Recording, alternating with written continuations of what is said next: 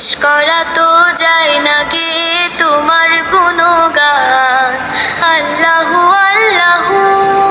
যখন ইউনুস নবীরে খাইলো মাছেতে গেলে ফেরেশতা পাঠাইলে তখন ইসমে আজম দিয়া, দমে দমে তেহার দাম পড়েছে ইসমে আজম।